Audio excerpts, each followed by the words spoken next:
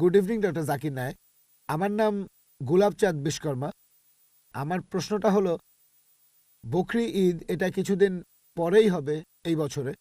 আর মুসলিমরা তারা বিশ্বাস করে যে এই বকরি ঈদে তারা কোরবানি দেয় ছাগল, মহিষ, গরু, বিভিন্ন পশু।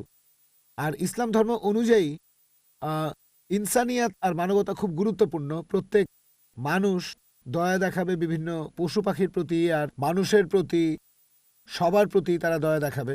মুসলিমরা যদি এটা বিশ্বাস করে তাহলে কেন তারা কোরবানি দেয় এই ছাগল, গরু বা মহিষ? বকরি ঈদে কেন এগুলো জবাই করে? মুসলিমরা যে কাজটা করে সেটা কি মানবতার পক্ষে আছে, মানে মানবতা বা ইনসানিয়াত? ভাই খুব সুন্দর প্রশ্ন করলেন যে আমরা বকরি ঈদে কেন গরু ছাগল কোরবানি দেই। বকরি ঈদ না হলে কি কোরবানি দিতে না, পারবো? যে কোনো পশুর কথা বলতে পারো। প্রশ্নটা হচ্ছে ঈদ না হলে কি কোরবানি দিতে পারবো? তারা কোরবানি দেয়, পশু হত্যা করে। আপনাকে আমি প্রশ্ন করছি বকরি ঈদ বাদে অন্য সময় কোরবানি দিলাম, এটার কি অনুমতি আছে? না না, এরকম তাহলে প্রশ্নটা এরকম কেন? তার এরকমও বদলে করা যাবে ডাইরেক্ট না। প্রশ্ন করেন আমরা নন ভেজ খাই কেন? ঠিক, আপনার প্রশ্নটা বুঝতে পারছি আপনি না। তো জানতে চাচ্ছেন আমরা নন ভেজ খাবার খাই কেন, মাংস খাই কেন। আমার প্রশ্নটা হলো বকরি ঈদের সময় নিয়ে আর অন্যান্য সময়গুলো। আচ্ছা ঠিক আছে, দুটোরই উত্তর দিচ্ছি। বকরি ঈদে যেটা হয়, আল্লাহ পবিত্র করে বলছেন সূরা হজ অধ্যায় নম্বর 22, আল্লাহ সুবহানাহু ওয়া তাআলার কাছে মাংস বা রক্ত পৌঁছায় না, আল্লাহর কাছে পৌঁছায় তোমাদের তাকওয়া। অন্য ধর্মে এরকম না। অন্যান্য ধর্মে উৎসর্গের সময় পশু বলি দিয়ে ফেলে রাখে একটা বেদিতে একজন দেবতার সামনে। সেটা খায় কে? ঈশ্বর খান।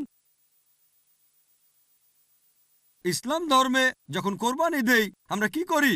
কমপক্ষে 1/3 অবশ্যই গরিব লোককে দিতে হবে, 1/3 দেব আত্মীয় আর বন্ধুদের, বাকিটা নিজের জন্য রাখবো। নিজের জন্য ম্যাক্সিমাম 1/3 রাখতে পারবেন। চাইলে আপনি পুরোটাই দান করে দিতে পারেন। তাহলে যখন কোরবানি দিচ্ছি তখন কি করছি? মানুষ জাতির উপকার করছি। আমরা তাদের জন্য খাবার দিচ্ছি। এখন কাউকে খাবার দেয়া এটা কি ভালো না খারাপ? খাবার দেয়া যাতে মানুষ উপকার পেতে পারে, এটা কি ভালো না খারাপ? ভালো। মানুষের জন্য এটা ভালো না খারাপ? ভালো। তাহলে ইসলাম হচ্ছে মানবতার ধর্ম। আপনি প্রশ্ন করতে পারেন যে প্রাণীদের কেন হত্যা করা হচ্ছে? মানুষের জন্য ভালো, কিন্তু প্রাণীদের জন্য কি হচ্ছে? আর সত্যি বলতে একজন মুসলিম শুধুমাত্র ভেজ খাবার খেয়েও ভালোভাবে ধর্ম পালন করতে পারে। ননভেজ খাওয়া ইসলামের জন্য বাধ্যতামূলক না। তবে আল্লাহ যেহেতু আমাদেরকে অনুমতি দিয়েছেন ননভেজ খেতে, তাহলে আমরা সেটা খাবো না কেন? আল্লাহ পবিত্র কোরআনে বলেছেন সূরা মাইদা অধ্যায় নম্বর 5 আয়াত নম্বর 1, সেই চতুষ্পদ প্রাণীর মাংস খাও যেগুলো তোমাদের জন্য হালাল করা হয়েছে। আল্লাহ বলেছেন সূরা নাহল অধ্যায় 16 আয়াত নম্বর 5, তিনি চতুষ্পদ প্রাণী সৃষ্টি করেছেন যাতে করে তোমরা উপকার পেতে পারো এবং তাদের মাংস খেতে পারো। এই কথাটা আবারও আছে সূরা মুমিনুন অধ্যায় নম্বর 23 আয়াত নম্বর 21, যে গবাদি পশুর মধ্যে রয়েছে নিদর্শন, তাদের উদরের দুধ পান করো এবং তাদের মাংস তোমরা খাও। তাহলে যেহেতু আল্লাহ আমাদের অনুমতি দিয়েছেন, তাহলে ননভেজ খাবো না কেন?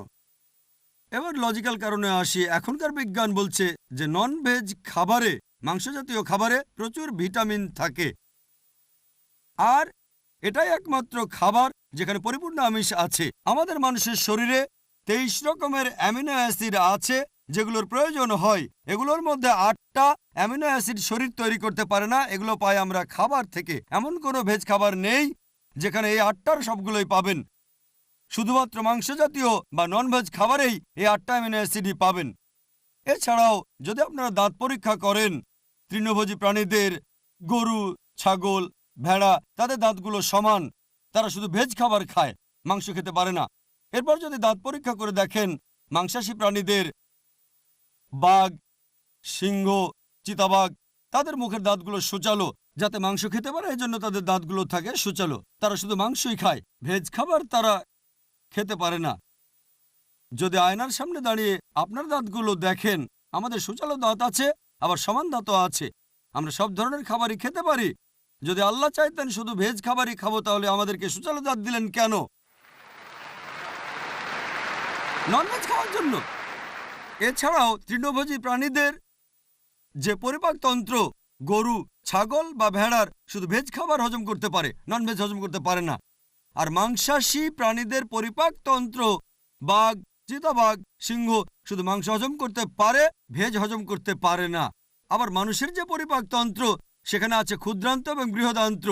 ভেজ খাবার হজম করতে পারে, নন ভেজ হজম করতে পারে। যদি আল্লাহ চাইতেন যে আমরা শুধু ভেজ খাবারই খাবো, তাহলে দুটোই হজমের পরিপাকতন্ত্র দিলেন কেন? এছাড়াও অনেক ভুল ধারণা আছে যে হিন্দুদের নন ভেজ খাবার খাওয়া উচিত না। এটা ভুল ধারণা। যদি হিন্দু ধর্মগ্রন্থ পড়েন, এটা আছে মনুস্মৃতিতে অধ্যায় নম্বর 5 অনুচ্ছেদ 30। ঈশ্বর প্রাণী বানিয়েছেন, তাদেরকে কেউ খাবে আর কাউকে খাবে অন্যরা। যদি তুমি খাওয়ার জন্য সৃষ্টি করা প্রাণী খাও তাহলে কোনো পাপ হবে না। মনুস্মৃতিতে আছে অধ্যায় 5 অনুচ্ছেদ 31 যে ঈশ্বর কিছু প্রাণীকে সৃষ্টি করেছেন উৎসর্গের জন্য। সেই ধরনের প্রাণীকে হত্যা করো, কোনো পাপ হবে না। মনুস্মৃতিতে আছে অধ্যায় নম্বর 5 অনুচ্ছেদ 40 যে উৎসর্গের জন্য প্রাণী হত্যা কোনো পাপ নয়। হিন্দু ধর্মগ্রন্থে এরকম আরও অনুচ্ছেদ আছে, বেদেও আছে যে মুনি আর ঋষিগণ নন ভেজ খাবার খেত, তারা গরুর মাংস খেত। মহাভারত পড়লে দেখবেন অনুশাসন পর্ব অধ্যায় নম্বর 88। পাণ্ডবদের গল্পটা তো জানেন। পঞ্চপাণ্ডব 5 ভাই, সবচেয়ে বড় ভাই যুধিষ্ঠির, তিনি ভীষ্মকে জিজ্ঞেস করলেন যজ্ঞের সময় কি উৎসর্গ করব, পূজার সময়, যাতে আমাদের পূর্বপুরুষের সন্তুষ্ট হবেন। ভীষ্ম উত্তরে বললেন, যদি তুমি লতাপাতা আর শাকসবজি উৎসর্গ করো তাহলে আমাদের পূর্বপুরুষেরা সন্তুষ্ট থাকবেন 1 মাস। মাছ উৎসর্গ করলে 2 মাস। যদি তুমি মাংস দাও তাহলে 3 মাস। যদি খরগোশ উৎসর্গ করো তাহলে 4 মাস। যদি ছাগল দাও তাহলে 5 মাস। শূকরের মাংস দিলে তখন 6 মাস। যদি পাখির মাংস দাও তাহলে 7 মাস। হরিণের মাংস দিলে 8 মাস। এভাবে তিনি বলে গেলেন। মহিষের মাংস দিলে 11 মাস। যদি গরুর মাংস দাও তাহলে পূর্বপুরুষেরা সন্তুষ্ট থাকবেন পুরো 1 বছর। আর যদি চাও যে পূর্বপুরুষেরা সন্তুষ্ট থাকবেন একেবারে সারা জীবন, তাহলে ছাগলের লালচে মাংস দাও বা গন্ডারের মাংস দাও। এ কথা কে বলেছেন? ভীষ্ম যুধিষ্ঠিরকে। পুরো তালিকা দেওয়া আছে, শাকসবজি, মাছ, খরগোশ, ছাগল, সবকিছু আছে, মহিষ, গরু। তাহলে হিন্দু ধর্মগ্রন্থ বলছে নন ভেজ খাওয়ার অনুমতি আছে। হিন্দুরা এখন এগুলো মানে কারণ তাদেরকে প্রভাবিত করছে অন্যান্য ফিলোসফি, যেমন অহিংসা। এখন হিন্দুরাও এটা পালন করে। আর যারা এই অহিংসা নীতি মেনে চলে যে নন ভায়োলেন্স, জীবিত প্রাণীকে হত্যা করা যাবে না, যদি একজন মানুষ কোন রকম প্রাণী হত্যা না করে টিকে থাকতে পারে, আমি সেটার পক্ষে আছি। এখন তারা বলে প্রাণী হত্যা করা এটা খুব বড় পাপ, কারণ এটা হচ্ছে জীবন, জীব হত্যা করা নিষিদ্ধ। এখন বিজ্ঞান উন্নত হয়েছে আর আমরা জানতে পেরেছি যে গাছপালারও জীবন আছে। তাহলে ভেজ খাবার খেলেও তো জীব হত্যা করছেন। তখন যুক্তি বদলায়, ঠিক আছে আমরা মানছি যে গাছপালারও জীবন আছে, তবে ব্যথা অনুভব করতে পারে না। তাহলে একটা গাছকে হত্যা করা প্রাণী হত্যার চেয়ে কম গুরুতর পাপ। আচ্ছা, তর্কের খাতিরে মানলাম, কিন্তু এখন বিজ্ঞান বলছে আমরা মানুষরা যে শব্দ শুনতে পাই তার কম্পনাঙ্ক 20 সাইকেল পার সেকেন্ড থেকে 20,000 সাইকেল পার সেকেন্ড। এর নিচে বা উপরে হলে আমরা শুনতে পাই না। বর্তমানের বিজ্ঞান বলে যে গাছপালা কান্নাকাটিও করে, কিন্তু সেটা মানুষ শুনতে পায় না। আমেরিকার এক কৃষক একটা যন্ত্র বানিয়েছেন যেটা দিয়ে গাছের কান্না মানুষ শুনতে পাবে আর জানতে পারবে কখন গাছের পানি লাগবে।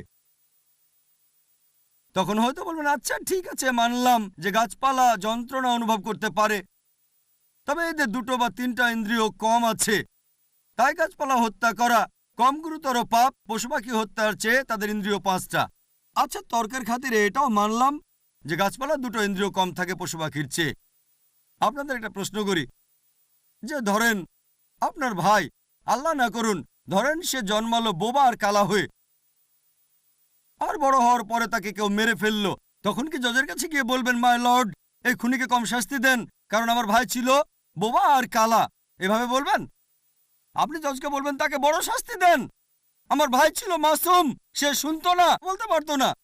তাই ইসলাম ধর্মে এমন না যে 2টো ইন্দ্রিয় কম বা 2টো বেশি। আল্লাহ পবিত্র কোরআনে বলেছেন সূরা বাকারা অধ্যায় 2 আয়াত 168, তোমরা বৈধ আর পবিত্র খাদ্যবস্তু থেকে আহার করো, যেটা ভালো পবিত্র সেটা খেতে পারেন। আর এছাড়াও যদি অমুসলিমরা তারা ননভেজ খাবার খেতে না চায়, আমার কোনো সমস্যা নেই, আপত্তিও নেই। শুধুমাত্র যখন বলছেন এটা পাপ, মানবতার বিরুদ্ধে, তখন আমি উত্তর দিচ্ছি। এমনিতে অমুসলিমরা ভেজ খাবার খেলে সেটা আমার জন্য ভালো। যদি সব অমুসলিম ননভেজ খাওয়া শুরু করে দেয় তাহলে গরু ছাগলের মাংসের দাম বেড়ে যাবে। তাই ব্যক্তিগতভাবে আমার আপত্তি নেই।